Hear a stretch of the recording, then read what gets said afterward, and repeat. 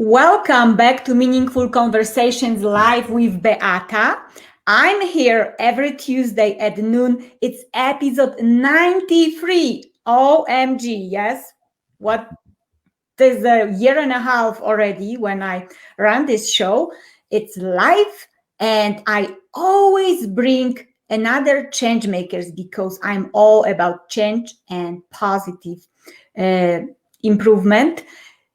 My guests, they bring stories that they actually experience in their own life. It's not something that it's not true, and my goal is to inspire you to create more greatness and more positive, meaningful experiences in your own life. Well, I'm very excited. Today I have the one and only Barry Overton with me from Denver. Yes, how are you, Barry? I'm doing great, and I'm very pleased and grateful to be here with you. Thank you so much. Today we gonna talk about greatness, and my goodness, this is the best part of the year to talk about that. The 3 keys to igniting your greatness. Barry, let me go from the beginning. So you are the ex-military and law enforcement officer, top producing real estate agent, motivational speaker and author, successful entrepreneur.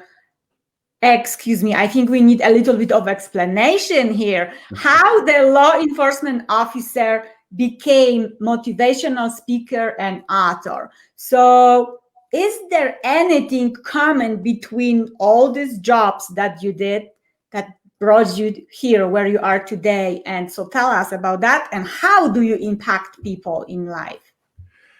Thank you so much. Yeah, I would definitely say that there is something common in regards to all of those, and it's me. It's this burning desire that I have inside to really just live. We hear that saying, living our best life. And truly what that means for me is enjoying every moment of life, doing the things in life that bring me joy, bring me fulfillment, and allow me to work in my purpose. So, a lot of times people, when they see the resume and they see, man, 26 years in law enforcement, 19 years in real estate, 20 years as an entrepreneur, how old are you? And, it just comes down to, yes, there's a lot of overlap with some of these, but what I learned very early in life is that I had some things that I had regret on early on in life. And I told myself, I didn't like that feeling of regret. I didn't like the feeling of quitting on something, doing something that I really enjoyed, and then one day just deciding to give it up, and the regret that I had to live with. So now, and I see so many people that say, yeah, once I retire, I'm going to do this, or once I have time, I'm going to do this. And for me, it's like, no, I can carve out some time to make that work right now. And again, I'm just on this journey right now where I want to get everything that I desire to do in.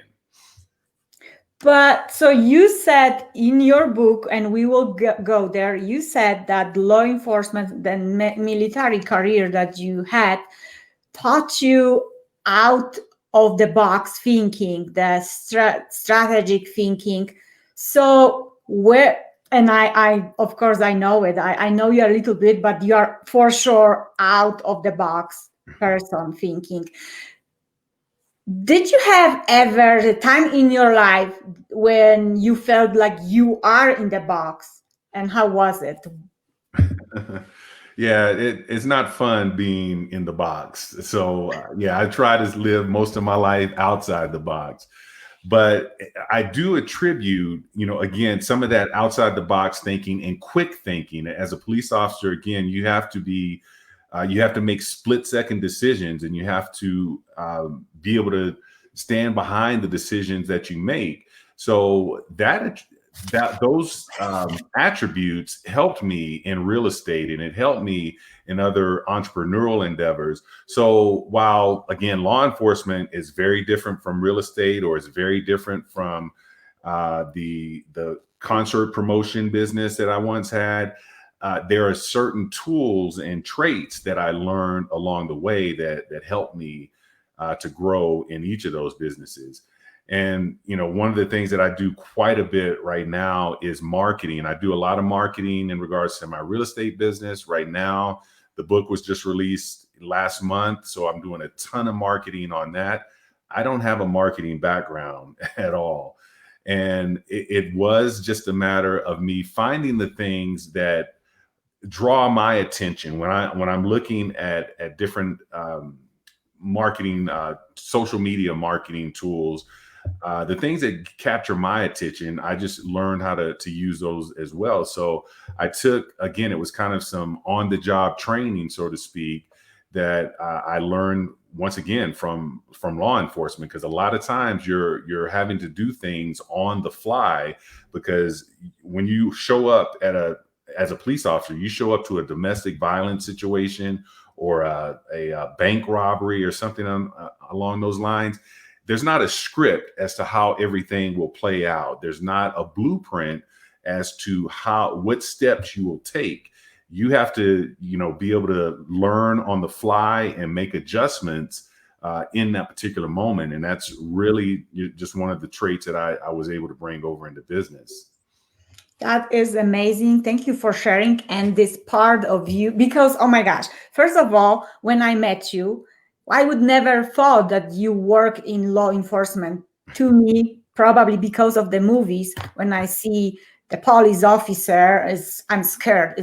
They are tough. They are not really friendly. And you're the most friendly person I know. So I was like, oh my gosh, there is something different about you, because you mentioned in a lot of videos interviews that I checked, that you followed mentors in your life. You always had mentors, and still have.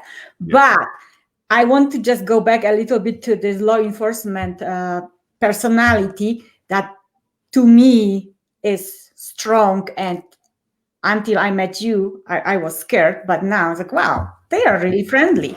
So when I went to your book, I could see it. So one of the first and something what stood out for me, the sentence that you are using is, there is greatness in you, and I'm about to prove it. This is a bold statement, man. Yeah, absolutely. So it's where I see this strong and confident law enforcement officer, where you have to make decision and you stand behind your decision. Yeah. So tell us about that, about the book, and how ex-law enforcement person is sharing greatness and teaching people, ignite their greatness in them. Yeah, it's really a statement of conviction, because I mean it when I say that. And I can say that with so much conviction because of the fact of my own experience and my story of realizing my greatness. And before I get into that part, I want to just break down greatness for a second, because a lot of times when we hear greatness, as a human race, I think we really apply that term to the wealthy, fame, fortune, people that have big titles behind their names. We think that that's what greatness is. But truly, greatness is, Kobe Bryant said it best, and it's really just your ability to inspire other people and have them do the same thing, where they inspire others and they inspire others. And that's what it really comes down to. So yeah, while we look at your Michael Jacksons or your Michael Jordans or your Tom Brady's of the world, and we see how they perform on the basketball court or the dance floor or the football field, and we say, man, that is greatness. But I can tell you, when I look at a single mom that raises 3 kids, and they become doctors and attorneys and accountants, Well, that mom is greatness. Yeah, what her kids have achieved is greatness, but it started somewhere. It started with her ability to be able to raise them as a single parent. So one thing I think that is very important for each and every one of us is to when you hear the term, there's greatness in you, because I heard that starting in 2010. I started my personal development track in 2008, really immersing myself in a lot of different speakers and authors. Think and Grow Rich was the first book that I read, but it was in 2010 that I started listening to a gentleman that we're both very familiar with, Mr. Les Brown. And I was hearing, there's greatness in you. There's greatness in you. And to be honest with you, in 2010, it was in one ear and out the other. I was like, man, he's not talking to me. and by 2012, it all of a sudden it was going in one ear and it was getting stuck right there in the brain. And I started thinking to myself, okay, is there greatness in me? And what does that greatness look like? So I really kind of started to study greatness at about that time. And during that time, I was going through a transformation in my career. I retired in 2013 from law enforcement, and I actually retired. I should still be working as a police officer right now. I retired 10 years early. And it was due to, again, a change in the mindset, a change in my belief, and all of a sudden, with the change in the belief, the life, my environment around me began to also change.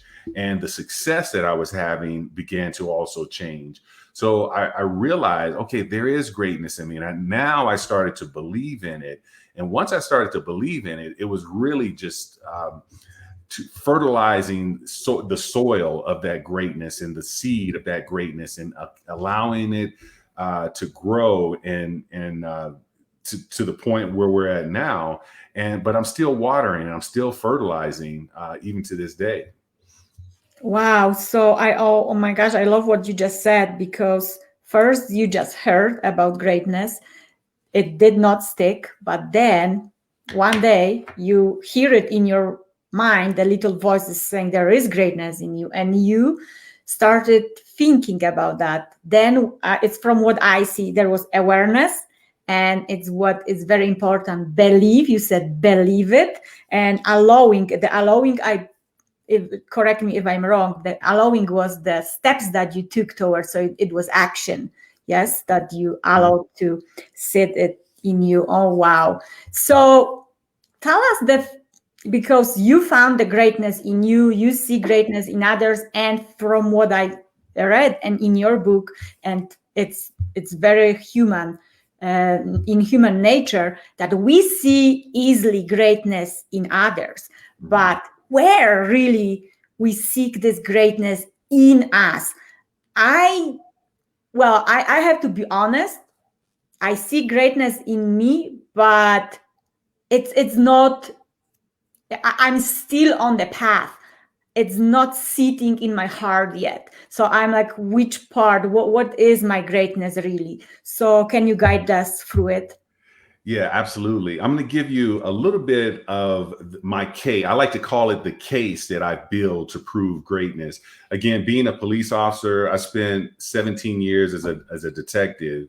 And so when I had to go into court, I had to prove my case, and I had to lay out all the evidence to be able to prove my case beyond a reasonable doubt. So with the book, that's really what I did here as well, is I laid out a case that is really irrefutable in regard to we all have greatness in us. And I'm going to start, and then I'm going to actually show you or tell you where greatness lies in the body.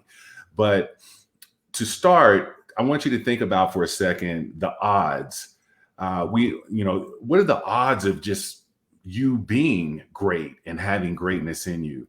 And when we think from a standpoint, the odds of being bit by a shark are about 3,000 to 1. And I would venture to guess, being in Colorado and not near an ocean, my odds are pretty good. I will never be one of those one. Now, the odds of being struck by lightning are about 6,000 to 1. The odds of being or actually winning the lottery, 175 million to 1. I don't know anyone that's ever won the lottery. So those odds are probably pretty right, because there's 350 million people just in the US. The odds of winning the lottery are 175 million to 1. So that's more than half of the people that are in the US. So the odds of being born, the odds of just being conceived are 400 million to 1. And when you look at the odds of actually being born, it gets into trillions. But yet and still, we are all here. We made it. We beat the biggest odd that life has to offer. So for me, that was proof evident that we all have greatness in us and we're here for a purpose. And so that's one part of the book where I'm proving that we're already beating the odds. And the biggest struggle that we could have ever had in life actually was to have life and to be able to get here. And so from that standpoint, I want you to also think about the human body, because I go through the book and I show you in the human anatomy where greatness lies and why it lies there. So, and you mentioned you're at the point of believing in your greatness, but it's not truly, just seated in your heart just yet. The funny thing about it, in the book, there's an illustration that I show of greatness lies right next to the heart. See, we have this pericardial cavity within our chest. This is where the heart lies, in the pericardial sac, and there's a space there. Now, doctors and scientists would probably tell you that that space is for the heart to be able to contract as it's pumping blood throughout the body. But I'm going to tell you that that space is where greatness lies. That space is where it is seated. Why is it seated there? Because while we think with our minds and our minds create ideas, the driving force to our body is our heart. Because you've probably heard the term that someone is brain dead, but their heart still pumps. See, the mind can die, but the heart will still continue to pump. So the heart is the driving force. So greatness should lie next to that driving force. It's like the battery for the body, because if the heart stops, eventually everything else will stop functioning as well, if the heart is not, does not start pumping again. So again, this is that area within us. And, I believe that we all have an amazing spirit that was given to us by God. And that spirit and our greatness are really one and the same. And one of my favorite quotes is a Mark Twain quote. And it says, "The two most important days in your life are the day you were born and the day you find out why."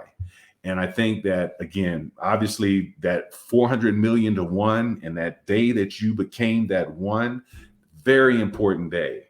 But that day that you find out why, and I can tell you, for me, it was about 47 years old. So when you say that, you know that you have greatness in you, but it's not truly just, resonating with the conviction yet, it's a matter of time, Beata, I'm telling you. Because 47 years of life it took for me, 5 years ago, that I realized what my purpose in life was.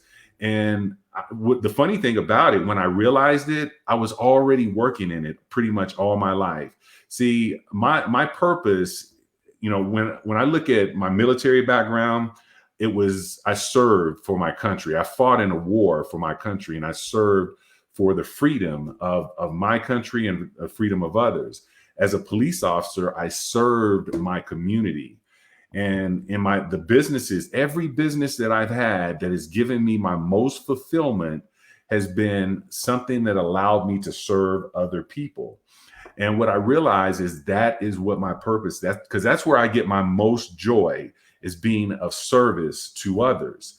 And really, with Ignite Your Greatness and being able to share my story and share with conviction the idea that each and every one of us have greatness in us, it's a service that I'm giving back, of getting people to, again, ignite their own greatness and believe in it.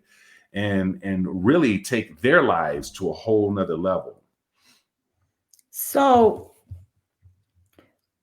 share the 3 keys that we have to know, or I don't know, maybe there are 3 steps that will take me there, where I can find, feel, and act on ignite my greatness. So in the book, I kind of break down, once I prove to you that we all have greatness in us, I think it's important to then give you the steps to igniting your own greatness. And it really comes down to the first one being belief. Just as you mentioned a few minutes ago, your belief is growing. And as it continues to grow, you're going to see that the other 2 steps become so much easier to do. But then you're going to also see the results around you continue to get better and better and move you towards your goal. So belief in that you do have this greatness inside of you. And again, belief that the other people around you have greatness inside. And one of my favorite things to do when I meet a new person is to identify their special talents and skills and tell them, and just tell them. I mean, it's an odd conversation to walk up to someone that I just met or having a conversation with and say, you have greatness in you, right? And this is what I see. And being able to have that conversation because of my belief in my own greatness, but now believing in someone else's, and hopefully giving them a spark to believe in their own greatness. And a big part of that belief, it takes mentorship, it takes personal development to really understand. You and I are in a course right now that a big emphasis of it is how we think and how we believe. And those 2 things, when they come together, create some amazing results for so many people. And we're experiencing about 4 or 5 months in, and we're starting to experience some of those very things. And one of the things that I like to get people to understand is the current place that you are in life right now, whether you're happy with it, but there's a lot of people that are not necessarily happy with their current status in life. But I can tell you that it's your current thinking that leads to your current belief, which activates your current behavior that gives you your current results. So if you want to increase the results and increase your life to a point of you have dreams and you want your life to emulate your dreams, it's a matter of increasing your thinking to increase your belief that increases your behavior that will then increase the results that you're looking to achieve. Wow, that was deep. So everyone write it down, because it's like Barry said, everything starts in your mind, then you can see it around you. And if the results are not, it's very short summary what you said, and what you see around your results, either you like it or not, it's what you produce starting with your mind. And that actually leads me to the other question, because you talk about something like can't lose mindset. Yeah, it's what I pronounce it well. Mm-hmm. Yeah. So how do you build that kind of mindset? How did you come up with that term? So the can't lose mindset is really thinking from a perspective of, in life, there's not winning and losing, but there's winning and lessons. There's truly not failure in life. One of my favorite quotes is by Thomas Edison, where people asked him about failing at creating the incandescent light bulb 1,000 times before he got it right. And his response is, I didn't fail at it. There were just 1,000 steps to creating the light bulb. So it's all about the mindset in regards to what you believe. So for me, as I experience things that are not, maybe they're not going in the winning direction that I'm expecting them to go, but there's a lesson to be learned that will help me get to the winning direction. I think if you look at a football team, a basketball team, whatever the case may be, when they lose a game, they go back and they look at the game, the video footage of the game, and they break it down. They look at all the different mistakes and errors that were made. This is a lesson. So again, they're taking a loss and turning it into a lesson. So that's really where the can't lose mindset is. It's always just looking at it as lessons, because you think about it, if we take failure as exactly what that word says, then we start to adopt the term, and we look at ourselves as a failure. If we take losing as just that, we lost, we're losing in life, we then begin to adopt the term and we think of ourselves as a loser. So for everyone who is listening us, the question might be, okay, you are trained, you are the law enforcement officer, you are in military, they train you to have that kind of mindset. How do I start? Me, this average person that is dealing with maybe not having a job today, maybe health, maybe they lost someone in their family. And I know that you also talk about struggles in your book, and it's easy to focus on struggles. But when we are in the situation, to make the positive change is very challenging. And again, for you, it seems to be easy because you lived it. You created, you involve your greatness. What would be the one advice for someone who is sitting there and thinking, yes, Barry, yes, it's easy for you, but how about me? You don't know my situation. And the funny thing is, I would say that right back to them, you don't know my situation as to where I came from. And one of my favorite terms that I really created was, the struggle is real, but so is your greatness, because we will talk about how the struggle is real and we'll believe that the struggle is real. That is a term that people use all the time. The struggle is real, but you don't hear people saying, but so is my greatness. And that's the thing I think that we have to really attach to. If the struggle can be real, so can your greatness, also be real. And for me, you mentioned the law enforcement background, but I can tell you, one of the things I always tell people is when people have bad things happen in their life, that's when they call the police. So people don't ever call the police when things are great in their life. It's when it's a bad situation. So, yeah. So what you have to realize is police officers, we're used to being called and going into a negative situation day after day after day.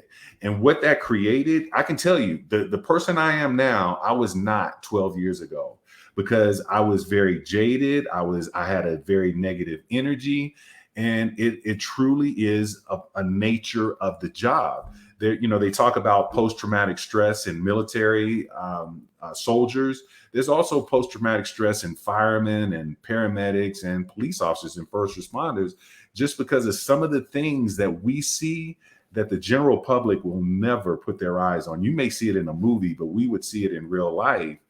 And so for me, it was a conditioning of the mind to be able to deal with some of those situations, but it was not being dealt with in a positive way. So really for me, it started with the personal development, personal growth, who I was listening to and who I was reading. And and having an open mind about it, because I think that was the biggest thing for me as a police officer, because in 12 years ago, I was 40 years old. So 40 years old is when I started opening my mind to personal development. That's why I love to see these kids that are in their early 20s now that are doing the things that it took me to get at 40 to start.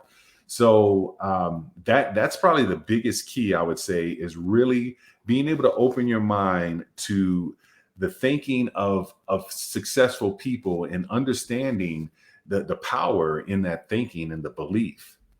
Wow. Yes. Start educating yourself about yourself and get Yeah. to know yourself. It's what I remember from our training as well. Yeah. So, yeah, absolutely.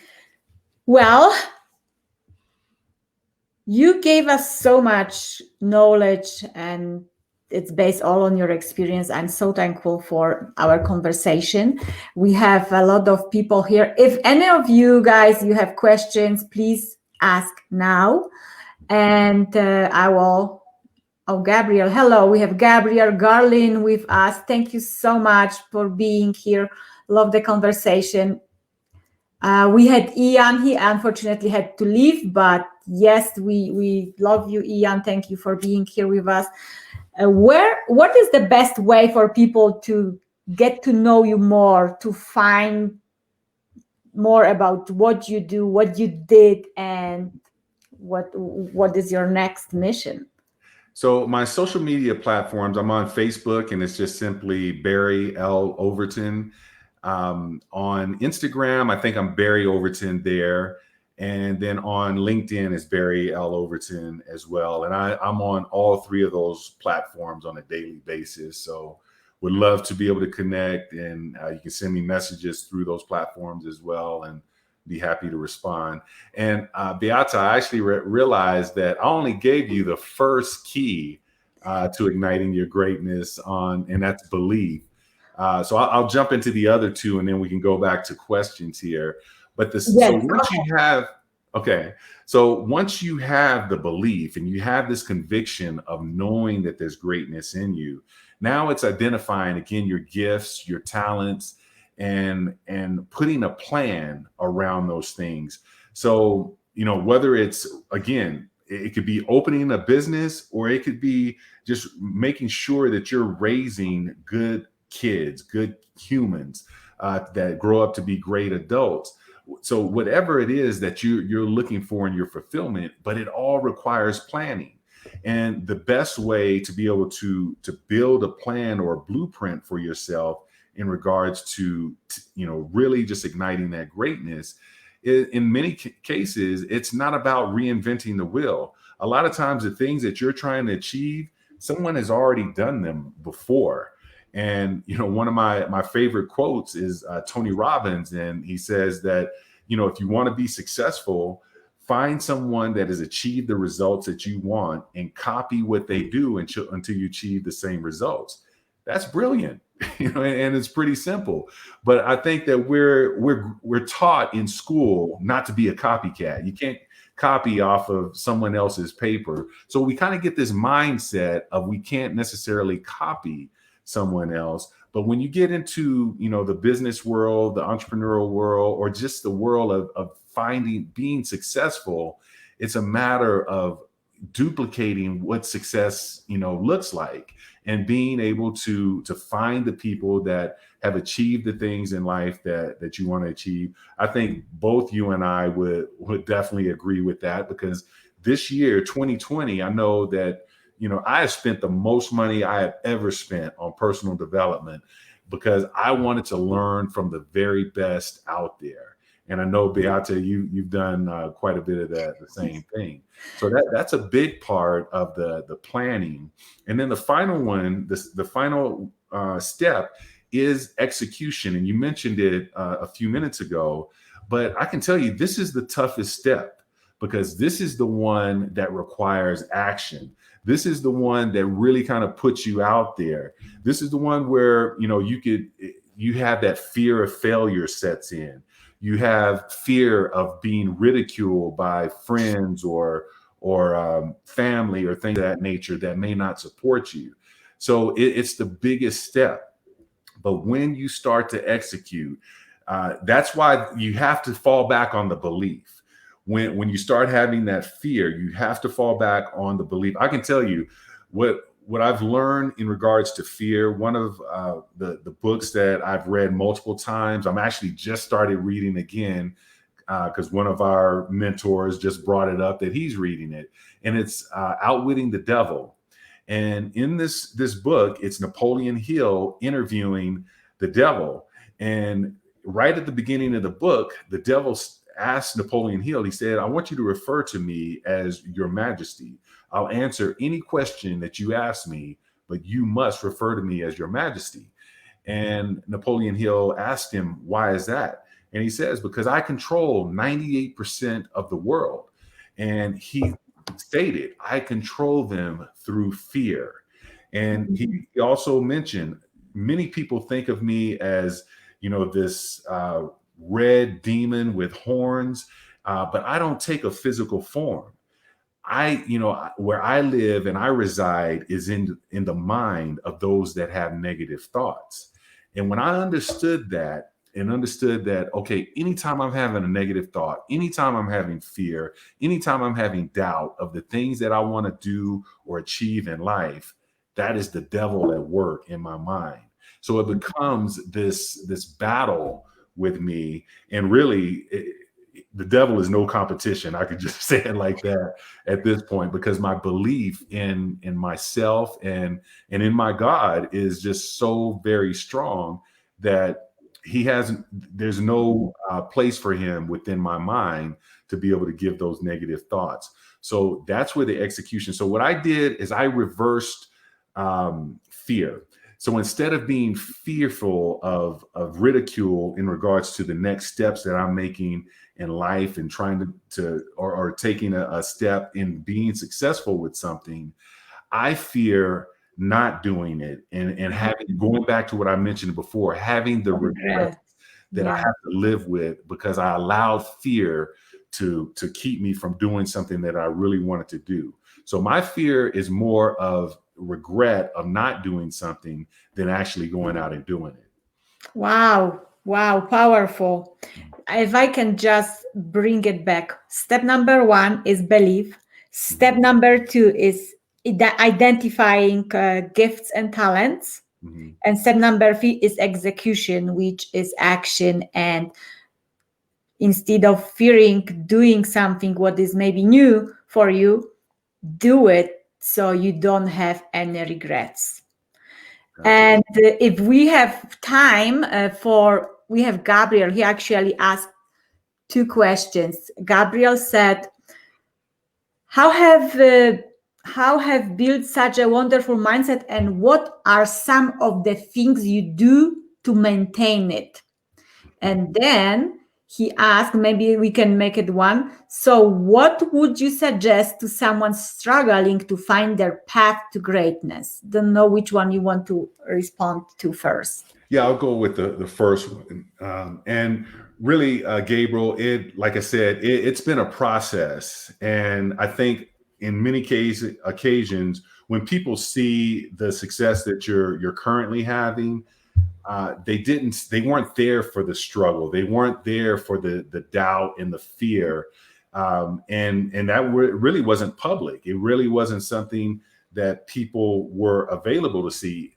And I can tell you, being a police officer, one of the things about a police officer is you have to have composure at all times. So in the face of danger, you have to be stoic. You have to, show bravery and courage, but you could be shaking in your boots inside.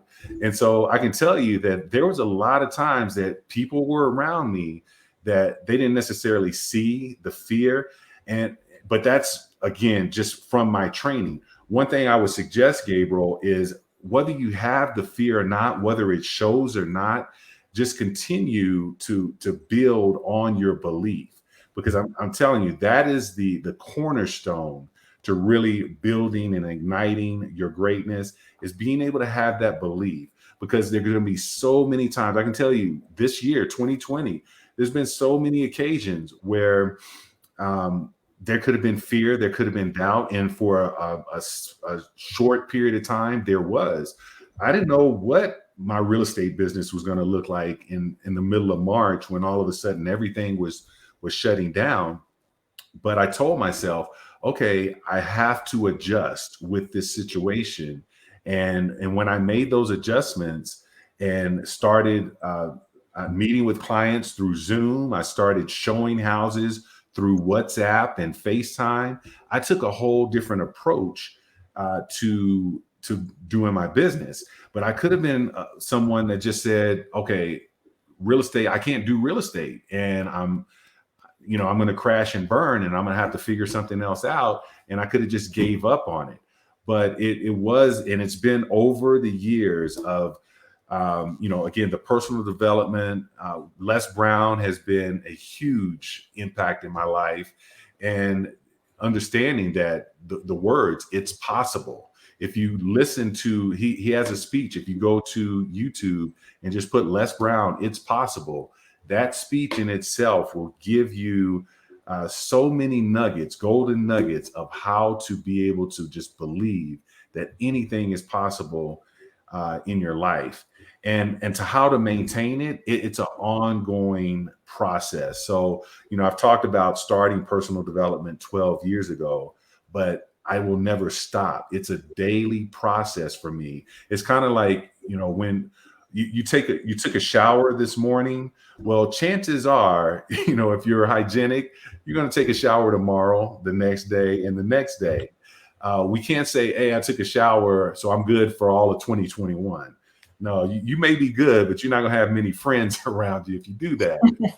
But it's personal development and finding inspiration is the same way. It's a daily process to keep yourself in a very positive mindset. Because you think about it, if you did it one time, kind of the same scenario, you do it the first day of 2021, and you don't take in any positive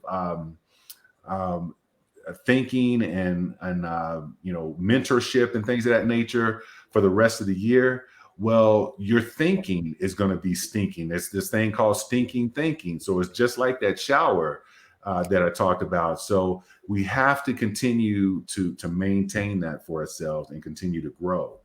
And I can't remember what the other question was. Well, so I missed that question. He asked, one of your shortcomings that taught you one lesson.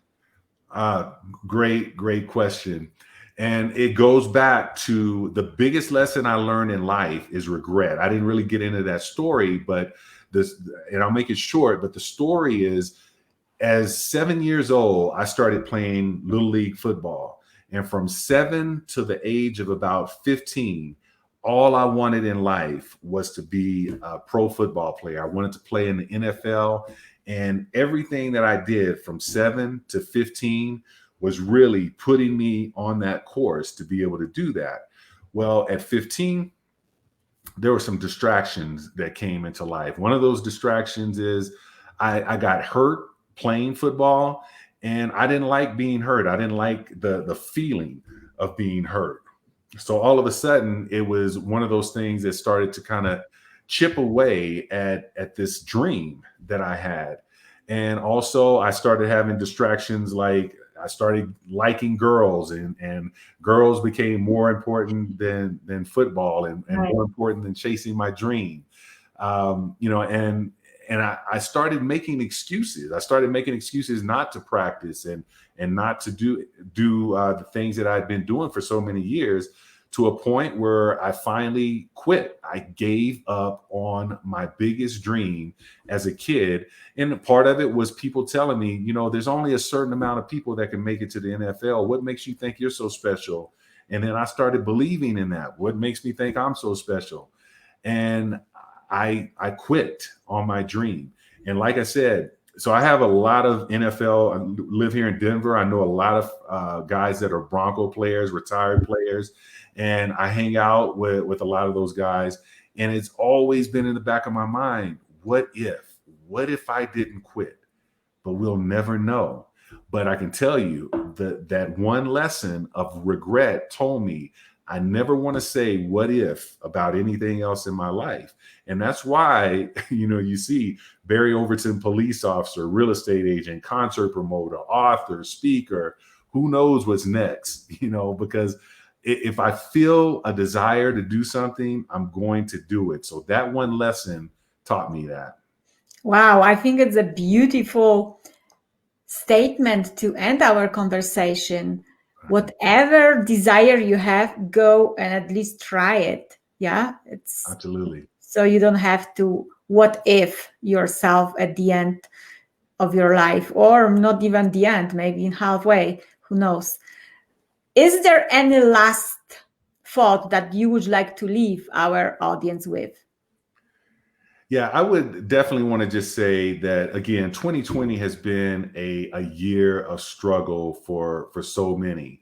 And it goes back to that term that I mentioned earlier. The struggle is real, but so is your greatness. So unleash and release all the struggle that you felt of 2020 and go into this next year focusing on a new term, and then there's greatness in me, and believing in that, and taking all the necessary steps, whether it's mentorship, whether it's audio books, reading, whatever the case may be, to really tap into living a purposeful life and doing the things that excite you and being able to inspire others. Thank you so much. And we have Pella saying great conversation and much love. We love you, sister. And she also said, yes, indeed, when you were talking about the regrets. So thank you so much, everyone who stayed with us through this conversation. Please share, like, because you never know who might need to listen to and hear the message today. Not everyone realizes that there is greatness in them. And I think today's message is so important for many people to hear it, especially at the end of 2020, which was very challenging. And thank you so much, Barry, for inspiring us to cultivate our own greatness, to ignite our greatness within us. And please, everyone, follow Barry. You can find him, he said, on Facebook, Instagram, also his website. He's a great man. He will teach you a lot of stuff, and you can learn really real life lessons. Again, thank you so very much. I will be here next Tuesday at noon with another great guest. So please revisit. My big and huge request is please share, so people know that we are here for them, and I hope we will bring a little bit or more meaning into their lives, especially when we are closing this year. So thank you so much, everyone. There's another, Pella said, can wait already. Share, thank you so much. And one last reminder. To find your book, the best way to find your book is to go to your website or Amazon. That's right? Yeah. Yes, book is amazing. There are also exercises that you have to go through that will take you where you should go. Barry, have a wonderful day. Thank you for being you and spreading your greatness with everyone around. Thank you. Thank you. Bye-bye.